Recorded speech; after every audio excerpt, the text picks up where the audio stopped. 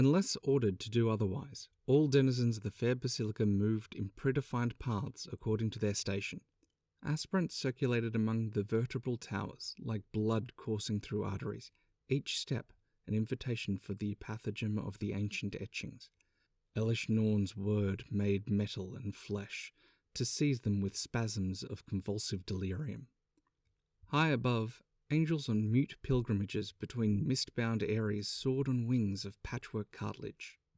From their vantage point, the constant motion of the aspirants was not the assemblage of thousands, but the handiwork of a great mover, the crafting of a single divine sigil umbilically writhing into existence. Back down upon the grounds of Elish Norn's cathedral, chancellors swaddled in oil-soaked pinions and skittlings possessed by ecstatic frenzy filed in and out of the grand annex, like lathering maggots proclaiming the wisdom of their beloved mother of machines. Exempt from these endless cycles were those chosen from the armoured legions of the alabaster host to guard the avenues into and out of the cathedral proper.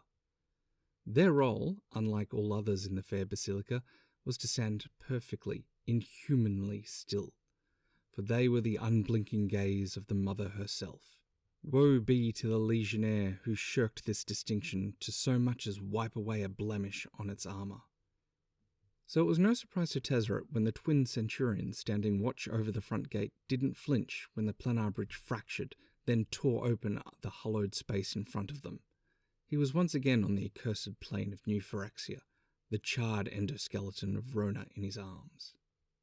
"I must see the mother," he barked to the guards, the energies from the planar bridge eating away his flesh like a murder of ravenous carrion birds. Neither moved nor acknowledged his presence. "Is she here, or in this core?" Still no response. "Answer me, damn you!" "Bring him to us," a voice boomed out. Her voice. "Send the other to Jingataxis for reconditioning." At that, the guard stepped aside, one taking Rona's remains away, and the other accompanying him on the long march through the internal courtyard. A steady hum filled the air, as did the stink of the sickly sweet, slightly acrid incense burning in the central brazier. There was a fervour that Tezzeret hadn't observed before, the thrill engorged moments before a ritual sacrifice.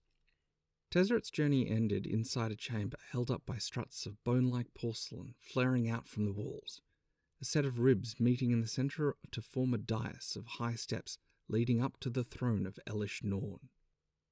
A pair of gargantuan animarchs stopped their toiling in the back of the cavern to glare at Tezzeret's approach through the intercostal spaces.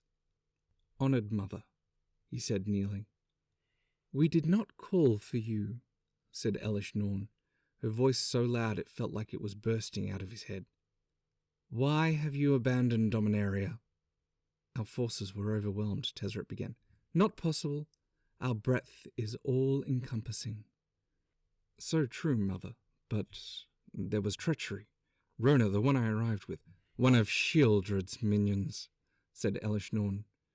There was judgment in her voice as she rose from her seat and began to descend the steps. "Sheoldred, who is an apostate in our eyes. Her forces have moved against us in a reckless grasp at power, the flouting of our mercy despite the Thane's past transgressions. Such sacrilege pains us." Tezzeret almost stumbled backwards. Sheoldred? After the events of Dominaria, Tezzeret had been convinced that Sheoldred had been brought to heel. A wild, headstrong pet, but a pet nonetheless. He'd already planned to blame Rona for his failures. Sheoldred's betrayal was a delicious detail to add credibility to his cover story. Rona played her part in Sheoldred's plan perfectly, fooling even me. We were routed when our own troops turned on us. "And the planeswalkers?" Elish Norn asked. "Escaped." "You did not follow?" Elish Norn's shadow towered over him. Reflexively, his shoulders retreated inward, causing sharp jolts of pain from the planar bridge to spike, making him feel light-headed. "I would have, mother," he said through gritted teeth, "but I needed to warn you of the snake in our midst. I was concerned." Norn was close enough now to lean forward, her arm extended, and tip Tezzeret's chin up with her finger. You love us, don't you? One well-placed thrust of his sharpened arm could impale her head or take it right off.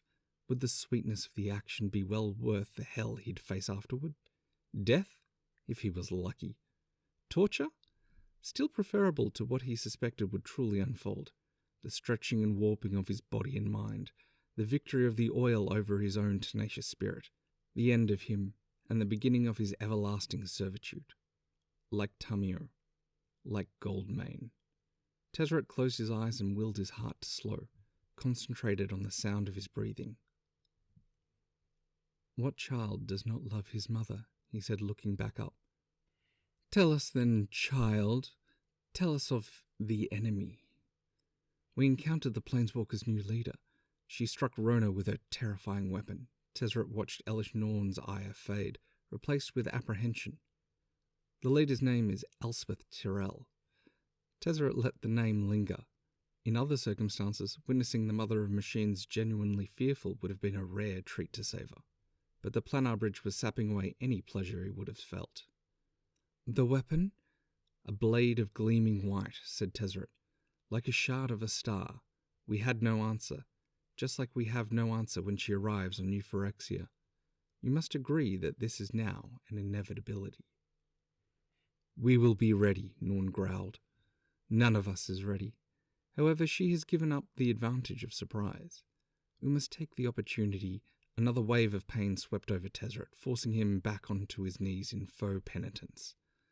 The boon that was promised to me, he said, clutching his chest. With a body of dark steel, I can be your invincible shield. Believe in me as I believe in you, Mother. And together, even the enemy's mighty general cannot conquer us. Tezzeret's vision dimmed. He'd gone too long without his treatments in Kuldotha, and now he was wavering on the knife's edge between life and death, dependent on the mercy and the gullibility of the one being he hated most in the multiverse. How fitting he'd found himself again in this situation. How infuriating as well. He fell onto the floor, onto his back, unable to focus beyond the invisible electric fire overtaking his body. You've carried such a burden for us, said Elish Norn, caressing Tezzeret's cheek with her claw. It is time to reward your faith. Promise is a promise. Elish Norn's sickeningly haughty smile was the last thing he saw before he lost consciousness. The air was cold and wet, and smelled of oil. Tezzeret's eyes shot open. Tentacle-like cables were coiled around his legs and arms, locking him into place. Looming over his head was an iridescent orb, pincers of hardened quicksilver jutting out from its sides like the legs of a mechanical spider. Stabilization processes have been successful. Subject is regaining consciousness. Jin-Gitaxias. Tezzeret strained to take in as much of his surroundings as he could. He recognized the minutiae of Jin-Gitaxias' dimly lit laboratory, a panoply of stasis tanks preserving slices of the plane's history, a metallic suit routinely worn by Neurok agents, a fist-sized 5-sided prism, dim yellow light oozing from its center like a darkened sun. The remains of a small black cube floating in suspension, dissected as if it were an animal to study. How long have I been asleep? Tezzeret asked. His voice was hoarse, his throat dry.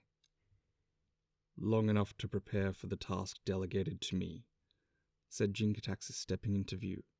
He paused for a moment to study a tablet in his hand, a device he used to monitor the integrity of his lab apparatuses, then undulated his neck to look square at Tezzeret.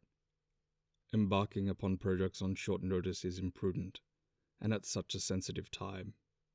Elish Norn's discretion is several percentiles less than acceptable. So it was happening. His reward, finally here. Tezzeret would have felt more elated were he not bound in the seat where Tamio was cut open and flayed like an overripe fruit, her organs removed and replaced with glands that swam in oily ichor, an acid liver, bones of black metal. Beholding her rebirth as a Phyrexian, Tezzeret vowed that no such fate would befall him, that he'd die before he subjected himself to Jin-Gitaxias' mad experiments. But musing about death was not the same as facing it head-on. The door at the far end of the laboratory slid open with an almost imperceptible swish. In scuttled several tentacled skittlings, tugging a floating platform similar to the one Tezzeret had used to escort Khan's dismembered body to Elish Norn's garden.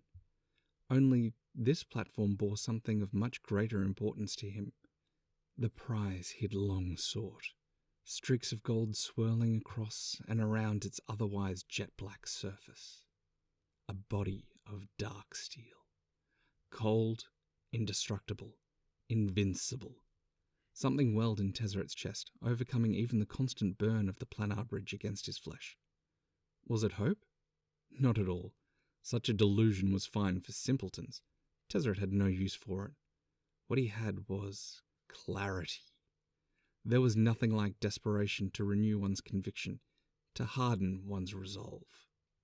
There are costs to working with dark steel, Jin-Gitaxias lectured in his characteristic monotone. Once the metal has been forged, it must be shaped into its desired configuration immediately. The haste with which this is done inevitably requires lax standards in other areas. Urubras condones such waste, but I do not. I am well aware, Tezzeret said, inwardly sneering at Jin-Gitaxias pretending to understand something he clearly did not. Tezzeret had seen enough in Urubras' domain to know that the metal was not mined or shaped in any way remotely traditional. Forging Darksteel lay in forging the reality around where the metal would be, presaging it so it could be willed into shape. Tezzeret conjectured that the exact magical mechanism was a chance collusion of rituals assembled over countless cycles, perhaps in part cribbed from Volshok technique and in part from knowledge gained outside the plane long ago. Despite his insight, all his attempts at replicating it had failed. Tezzeret did not like it, was not comfortable with his own inability to grasp Darksteel's secrets, but he had learned to accept it. A lesson in efficiency, said Jin-Gitaxias, beckoning a pair of slug-like assistant drones to approach. The Ethereum extracted from your husk will be shaped and charged to create a bonding force stabilizing your new form. The drones leaned forward, and from apertures on their tops of their heads came concentrated beams of energy directed at Tezzeret's metal arm.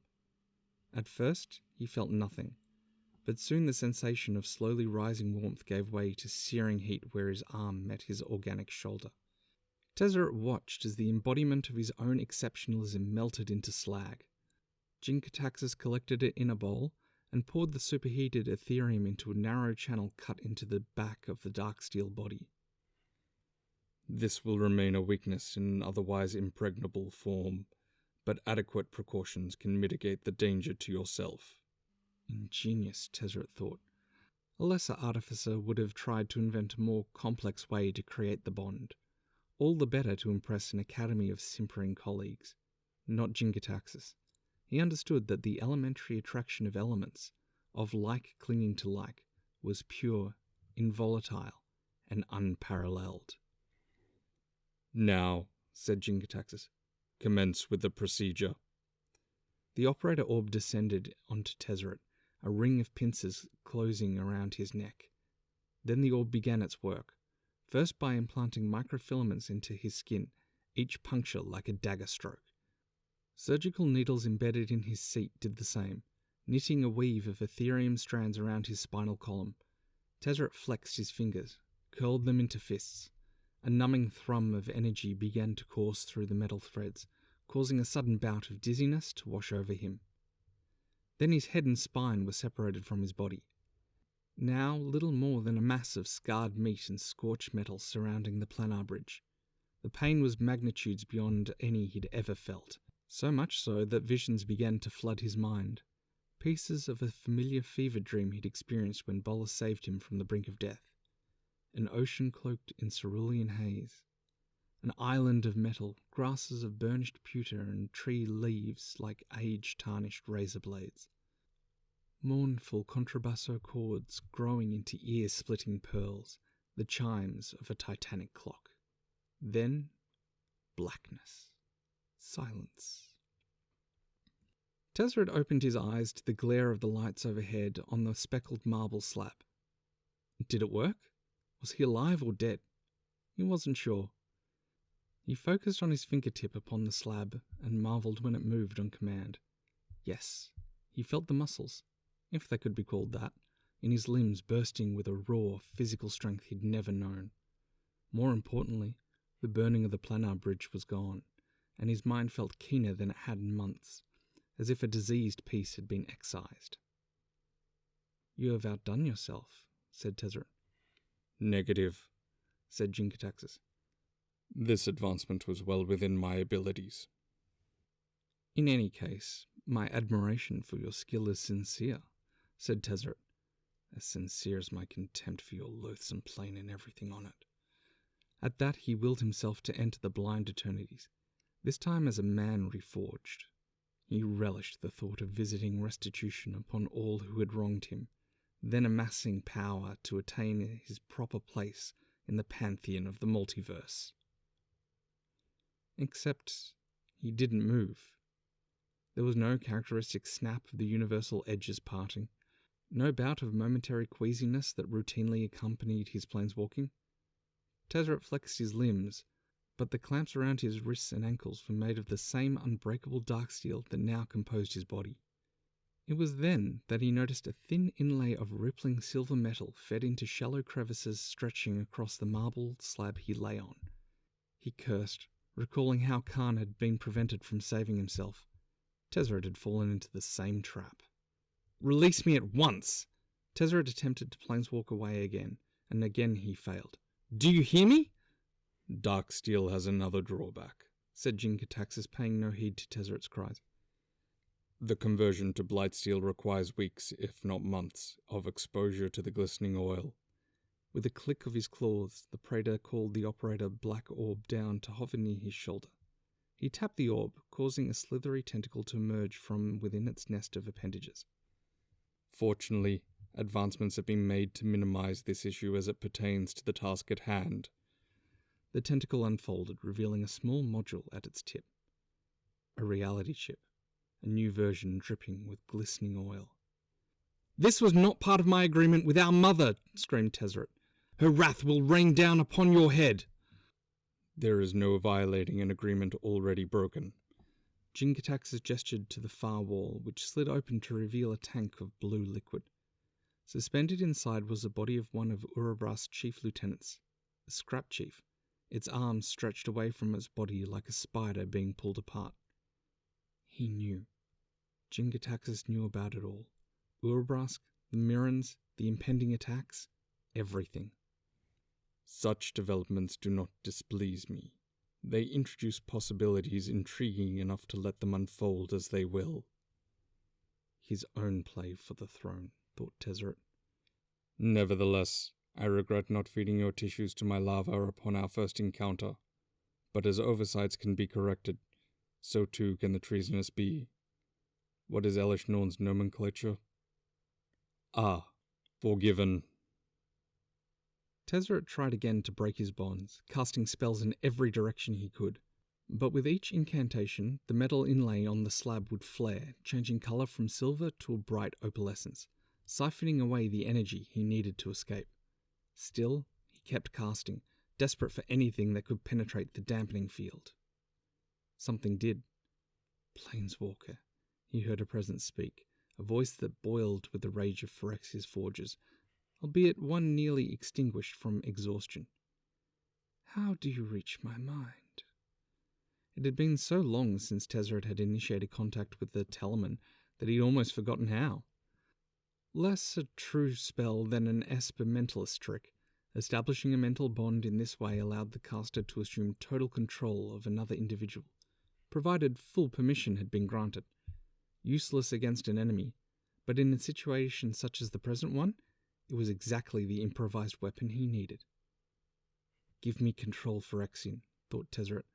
"I am your only means of salvation, and you mine. Otherwise, we both end here." There was an initial resistance by the scrap chief, a natural reflex, which quickly gave way to Tezzeret's psyche melding into his new host. He could feel the creature's flagging rage, like a smouldering furnace, and stoked it with his own. Beholding Jin-Gitaxias standing over his body through the transparent wall of the scrap chief's prison, Tezzeret aimed a single hit onto the glass with the creature's sharpened upper jaw. He struck it again and again, each time widening the fracture until the tank exploded in a hail of shrapnel. Tezzeret drove the scrap chief forward, ramming Jingataxis onto the ground, knocking the reality chip from his grip. Given different circumstances, Tezzeret's next step would have been to beat Jingataxis mercilessly, to break him. Instead, he commanded the scrap chief to charge past and bring the full weight of its heavy metal-capped arm onto the marble slab, punching holes straight through it, again and again. The more damage to the slab, and to the lattice on its surface, the stronger Tezzeret's connection to magic. He raised the scrap chief's arms overhead for one final smash when pain ripped through his, or rather the scrap chief's back. Looking down, he saw the claw of Jingataxis protruding through the scrap chief's chest. Tezzeret's mind snapped back into his own body, in time to see Jingataxis throw the scrap chief's corpse down to the ground, a lifeless pile in front of him. No words came out of the praetor's mouth. The time had passed for intellectual cogitations. Both praetor and planeswalker understood this. One moved. Jingataxis lunged forward, armed with the reality chip. And so did the other. Tezzeret planeswalked away. Filth, darkness, desolation. Many words have been said of Tidehollow, the forsaken underground where the Esper elite relegated the dregs who reminded them of their sins. Tidehollow the heartless, Tidehollow the unmerciful. The longer you lived there, the longer and more complex the phrasing. Tidehollow who impales the skulls of the forgotten with spikes of machined perfection. Tidehollow, whose plumes of trash fire soot gag the toxic hopes of the young, the acidic pleas of the old. Tidehollow, with teeth like window shards, sarcophagus bones hollowed of marrow and force-fed to infants. Tezzeret on his knees dug between hunks of broken pavement and scrapped up the dirt underneath. He brought the soot and soil up to his face, smelled the blood, the sick, the hopelessness. Then he leaned back and howled with laughter. The poets could choke on their verses. For Tezzeret, there was only one word associated with Tidehollow that truly resonated. Home. Oi! He heard a voice say behind him. It echoed off the walls of the condemned buildings lining the grimy alleyway. Looks like someone's had too much of the piss. Probably haven't got a lot in your pockets, but I'll take what you got. Tezzeret turned his head to see a gang of cave brats, the tallest and oldest out front armed with a knife. He had the steely look of someone who'd been on his end of a weapon before, who'd carried out forced transactions like those up in Vectus enjoyed their afternoon tea. Long ago, before planeswalking dragons, planes-churning confluxes and biomechanical scourges, Tezzeret dressed in the same tatters, bore the same scowl on his face that those youths now wore on theirs. I am at a moment of weakness, Tezzeret said calmly. I will permit you to leave. I think we'll stay, thank you very much, said a girl, the lead boy's second in command, Tezzeret guessed. What are those things floating round him? The lead boy smirked. Magic. Decorations rich fog'll spend a fortune on. He grabbed his knife in Tezzeret's direction. Come on, give us your stuff and you won't get hurt. I have nothing for you. I'll be the judge of that. You would judge me? What makes you think you're worthy? Got a knife in me hand, see? Yes, said Tezzeret. Then, in one movement, he turned, stood, and cast a spell to animate the knife in the leader's hand.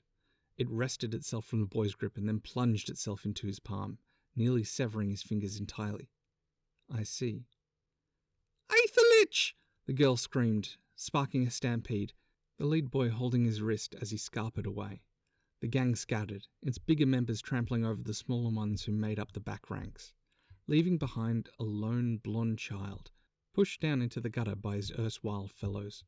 The boy huddled against a nearby building, one that Tezzeret recognized. He had brought himself to the threshold of his childhood home, the abysmal station he'd been born into. Why is this building boarded up? Tezzeret asked the boy. What of the man who lived here? No one's ever lived here as far as I know. Had his father died? It wouldn't have been surprising, when he wasn't cursing other scrappers for stealing his rightful claim, or screaming at his son to allay his frustrations. He was in his cups, babbling to the phantom of his dead wife, Tezzeret's mother, before passing out in a pool of his own vomit. Before he knew better, a young Tezzeret would wait until his father was asleep, then wipe the table dry and lay his father down upon his cot with blanket drawn. Imbecile. He'd merely enabled his father's cruelty toward him. Only when Tezzeret was older, after he'd learned about the power of mages, did he see the role he played in his own suffering. "What is your name, boy?" Estel, the young man stammered out. "Come." Tezzeret tried to reshape his arm into a bent edge to pry off the wooden panels nailed across the doorway, only for his body to ignore his command. He grunted, realizing that for all his strengths of his new form, there were trade-offs. With time, he thought as he tore the panels down as if they were scraps of paper. Inside didn't look much different from what he remembered. 2 rooms, one a kitchen area with a shallow fireplace and a table, and the other used as sleeping quarters. Both were stripped of anything of value. The only things visible implying his father's existence were bits of twisted metal, all cheap alloys, scattered across the floor, and a heavy cloak that smelled of mold and sawdust. But what of things invisible? Tezzeret pushed the table aside and, counting 3 tiles from the back wall, he inserted a finger into the crack between the 3rd and the 4th. Underneath was a small metal door locked with a heavy deadbolt. Tezzeret ripped the door off its hinges, reached in, and pulled out a small wooden box with floral patterns carved into its lid. This was his mother's handiwork, the last remnant of the hobby that gave her solace amid the squalor. He remembered hugging the box on a journey up to the lower Vectus to collect his mother's corpse. How his fingernail fit perfectly into the shallow grooves of the carving. He remembered her promise that morning to return with supper, a promise he supposed she'd intended to keep. Witnesses told a familiar tale. She'd been begging for alms when a wealthy guildsman wagon hit her and didn't stop. Of course the authorities did nothing. Humiliation and death were common enough occurrences for downslopers like her. Long after and armed with his seeker training, Tezzeret searched out for his mother's killer, only to find that he'd died years before, peacefully, surrounded by his loving family. Tide Hollow, whose clods of rags and misery dragged dreams to ash. "Do you know what this is?" Tezzeret asked Estel after cracking open the box for the boy to see. Inside were metallic scraps of all shapes, nuggets, shavings, irregular threads. "Ethereum," Estel answered, shriveling under the planeswalker's gaze. "This paltry amount is worth more than all of the denizens of Tide Hollow combined. Anything that you are now, or will be in the future." Tezzeret began to shape a spell, murmuring words he'd learned long ago as a member of the Seekers. Its value is derived from its extreme rarity, its inability to be reproduced. At least, that's what you're told. He let his hand drop. The Ethereum suspended in the air and watched as the liquid metal reformed itself into a thin square. Those in Tide Hollow need little motivation to fight amongst ourselves for the scraps we are allowed to have. All the better for those above. It keeps us out of their way. Letters began to raise themselves onto its surface, Tezzeret's mind pressing the metal into a message. Tezzeret took the Ethereum, curled it into a light tube, and placed it back into the box. He looked to Estel and intended to place it in his hands when thunder tore through the air, the sound of steel doors being wrenched apart. Tezzeret ducked outside to see an angular crack, flaring with bright crackles of energy breaking the cave ceiling. Tearing through it was a column of white material that he at first thought was a building falling through from the city above. But upon closer inspection, he spotted creatures moving across the column's surface, scampering down like insects to street level. Then he realized what he was looking at. Bone-white metal. The Phyrexians had arrived. "Too soon," Tezzeret snarled. He clutched Estel's arm and dragged him inside the hovel. He forced the boy to take the box, then spotted the small dagger strapped to the boy's belt. "Give me your knife." With a shaking hand, Estel drew the knife from its sheath. Tezzeret grabbed it and looked it over. Cheap make, loose handle, chipped tip. Still, it would suffice for Tezzeret's ends. A beginner's spell solidified the knife's handle. Another filed the edge down until it was sharp and tapered, One last enchantment made it quasi-ethereal, such as its cutting edge could cleave through a well-forged sword. "The cistern at Bellow's End," he said. "Do you know of it? There is a passage leading to a forgotten house in Upper Vectus." "Aye, we use it to watch the parades." "As I did in my youth." "Go there. Stick to the Shadow Way, the narrowed passages." "How do you know?" "Be quiet and listen. You are to leave the city, taking supplies as you come across them. Do not stop moving. If something gets in your way, use this." Tezzeret placed Estel's refashioned knife back into its sheath. "Make your way to Bant." "Bant?" "Follow the shoreline northward, keeping the silver wind at your back to guide you to Valeron. Approach the first outpost you see and find the knight decorated with the most sigils. Request an audience with the Knight General Rafik, and give him the box. Am I clear?" The boy nodded, but his expression was one of worry and confusion, exacerbated by the shouts and screams, not to mention the inhuman roars from outside. "What's happening? What were all those things? Who are you?" "I am the one giving you a chance to live," he said. "When you see Rafik, tell him that an ally of Elspeth Tyrrell sent you." Tezzeret pushed Estel away and the boy turned to leave. But before exiting, he looked back, nodded, and said, "Thank you." "Wasted words," he spat, heat rising behind his eyes. "But sir—" "Just go!" he screamed, prompting Estel to run out the door. Tezzeret stood, his body trembling. "I have not fully recovered from the grafting," he told himself as he regained his composure. "If the boy dies here, he dies. Death would have been Estel's destiny anyway, had he stayed in Tide Hollow. But if he managed to live, if he got word to the Knights of Bant that they alone possessed a way to defend themselves, a legion of angelic warriors, just as New Capenna once boasted, then Alara could become a quagmire, slowing the Phyrexian spread. All the more time to re-establish his networks, gain resources, and enact his plans. Tezzeret donned his father's cloak, a menial disguise, but it sufficed. And then, for the briefest of moments, stared back at the dingy hole where he was born and raised. Flecks of rotten wood and plaster rained down from the ceiling as the air filled with noises of slaughter and mayhem. A fitting goodbye, he thought as he entered the blind eternities. Tezzeret's travels took him from plane after plane transformed, ripped apart by invading hordes of Phyrexians, sabres snapping upon ironclad carapaces, monstrous incisors grinding bone, and near-constant weeping seemed to bridge plains, blending into an uninterrupted symphony of suffering. Elish Norn's great work was unfolding faster than Tezzeret could have imagined.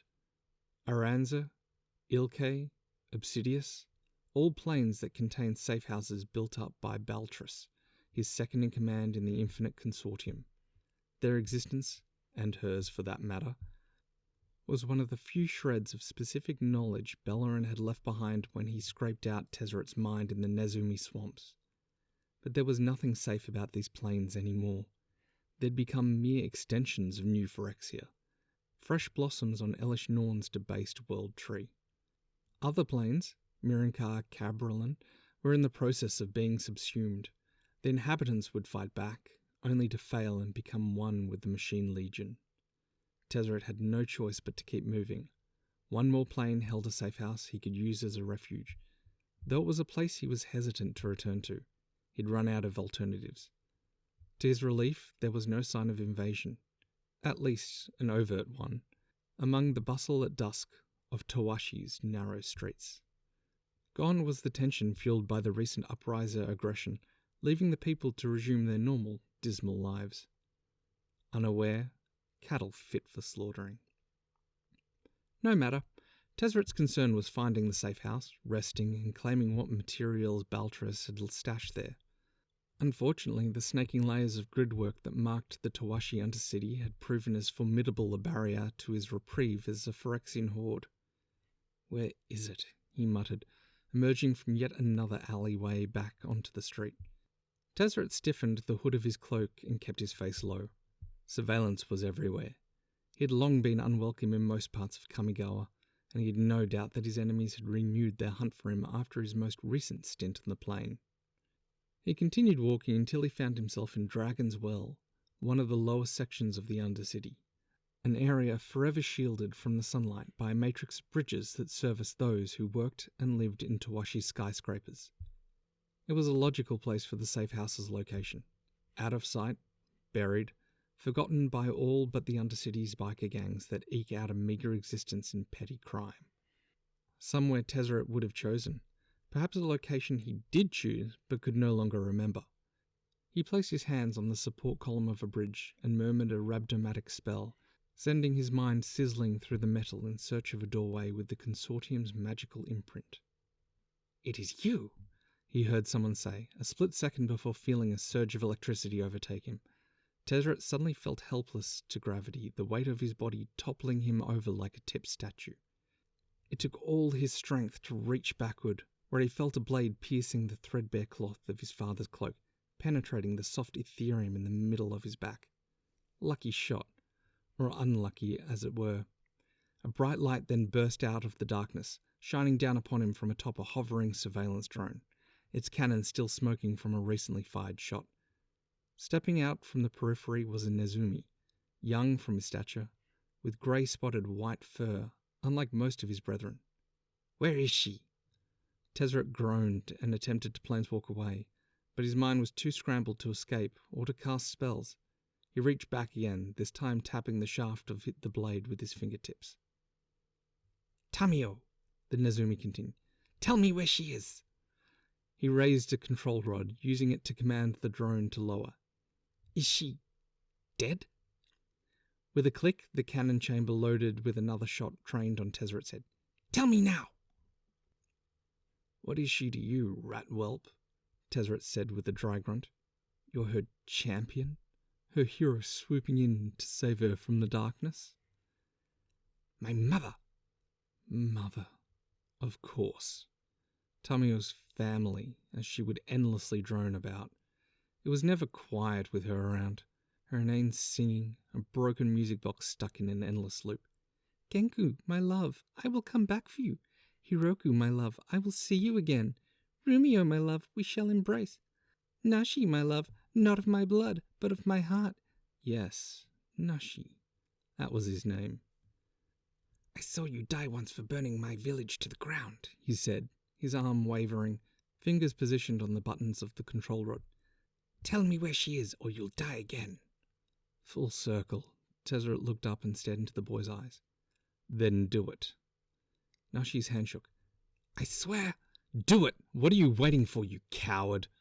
A dam broke inside Tezzeret. He reached backward one more time, feeling his fingers elongate and wrap around the blade lodged in his back.